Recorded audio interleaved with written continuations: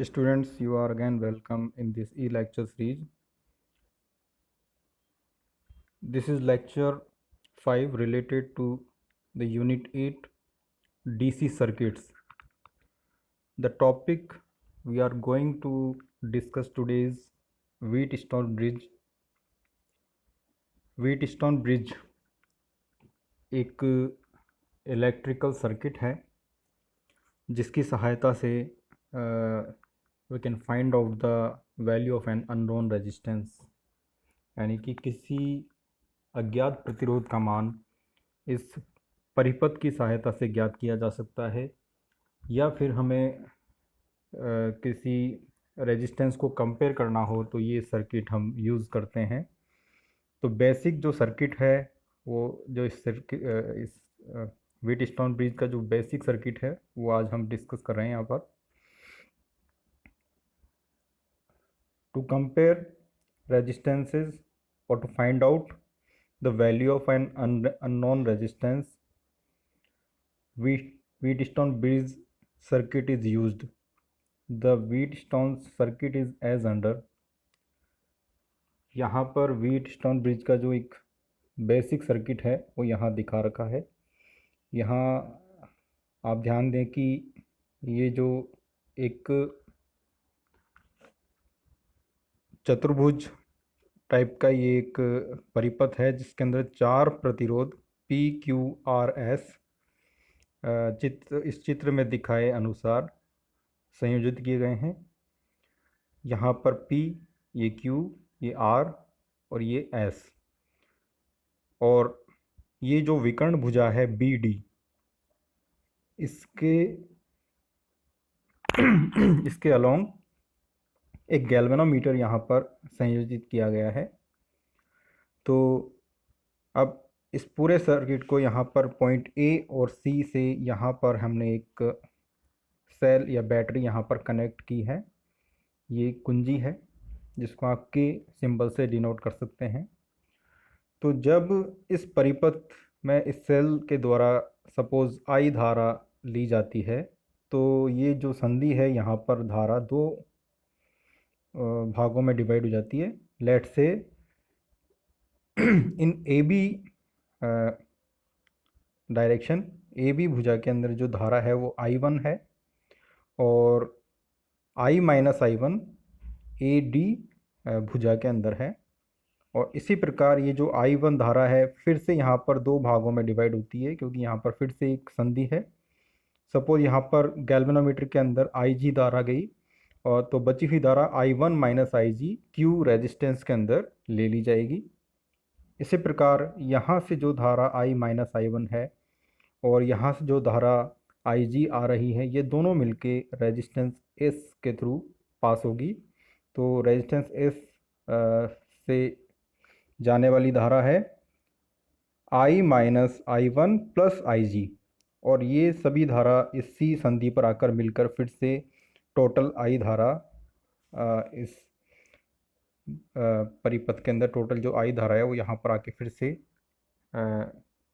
इस मैथमेटिक्स को फिर से यहाँ पर हम देख सकते हैं कि ये सारी धाराएं मिलकर I के बराबर हो जाती है।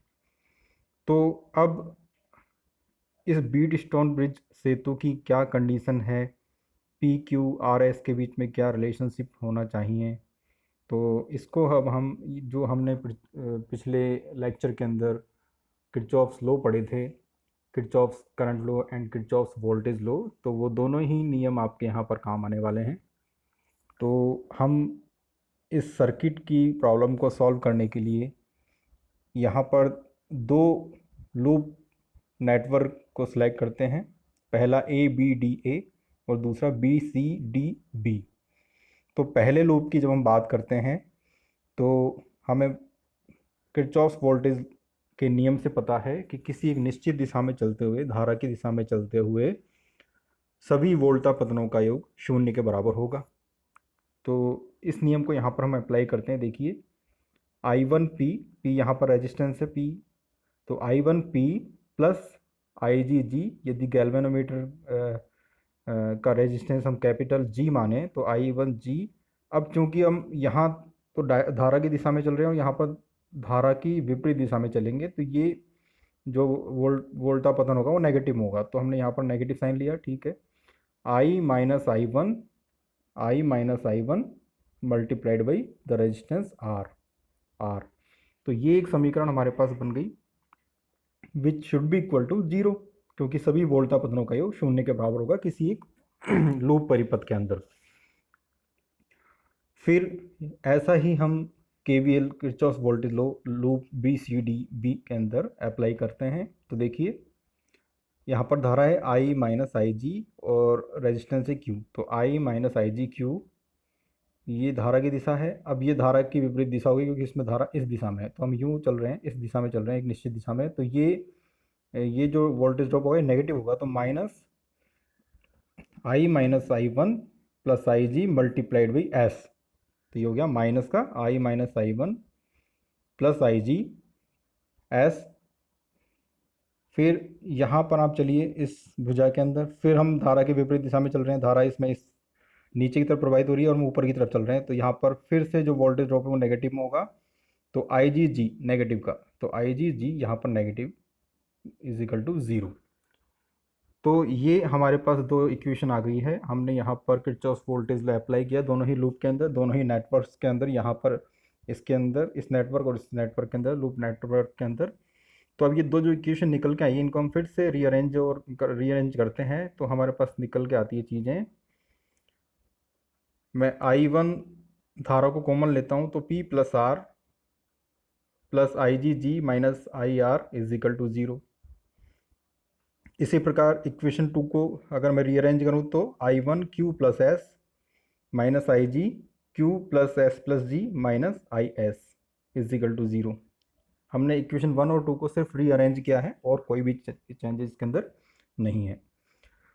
तो अब हमें एक चीज़ ध्यान रखनी है कि व्हीटस्टोन ब्रिज की अगर हम बैलेंसिंग की बात करें कि ब्रिज बैलेंस कब होगा, तो इसके लिए शर्त यह है कि जो हमने विकर्ण के अंदर एक गैल्वेनोमीटर अरेंज किया था उसके अंदर धारा 0 होना जरूरी है यदि सर्किट हमारा बैलेंस्ड है तो। Okay, so for balancing the bridge the current in the galvanometer should be equal to 0, that is IG should be equal to 0।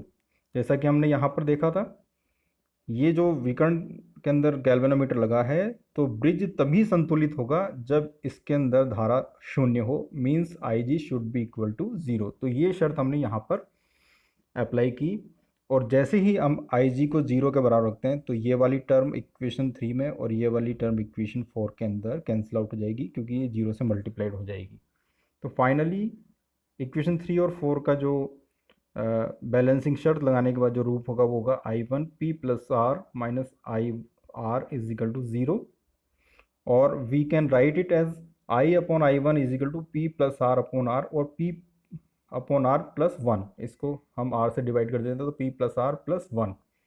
इसी प्रकार इक्वेशन 4 को हम देखते हैं तो I1 Q plus S minus I S is equal to 0। So यहाँ से भी फिर हम I अपॉन I1 की वैल्यू निकालें तो Q plus S upon S which is equal to Q upon S plus 1। ये हमारे पास दो संबंध आ गए हैं। अब मुझे पता है कि ये लेफ्ट हैंड साइड में दोनों I अपॉन I1 है, I अपॉन I1 है, तो ये दोनों टर्म एक दूसरे के बराबर होना जरूरी है क्योंकि ये टर्म भी I अपॉन I1 के बराबर है और ये टर्म भी I अपॉन I1 के बराबर है। तो P plus R plus 1 should be equal to Q plus S plus 1, Q upon s plus 1. So we can write P upon r plus 1 should be equal to Q upon s plus 1. एक से एक cancel out हो गया यहाँ पर, तो P upon r is equal to Q upon s और we can write P upon Q is equal to R upon s। इसका मतलब यदि ब्रिज बैलेंस्ड है तो जो हमारे पास चार प्रतिरोध थे उनके बीच में संबंध होगा P upon Q is equal to R upon S. This is the condition for balancing the Wheatstone's bridge. पहले हमने बैलेंसिंग की शर्त लगाई तो हमने ये संबंध निकाल लिया। Now if we want that our circuit is to be balanced तो हमें प्रतिरोध के मान इस अनुपात के अंदर रखने हैं। इस अनुपात में रखेंगे, इसका मतलब यहाँ पर ये देखिए आप P/Q का जो रेशो है वो R/S के रेशो के बराबर होना चाहिए। जब ये रेशो बराबर है इसका मतलब हमारा सर्किट बैलेंस्ड है। तो हम अब हमारे रेजिस्टेंस को कंपेयर कर सकते हैं, सर्किट बैलेंस करना तो बैलेंस भी कर सकते हैं। तो ये आपके व्हीटस्टोन ब्रिज के बारे में, सर्किट के बारे में पूरी जानकारी है।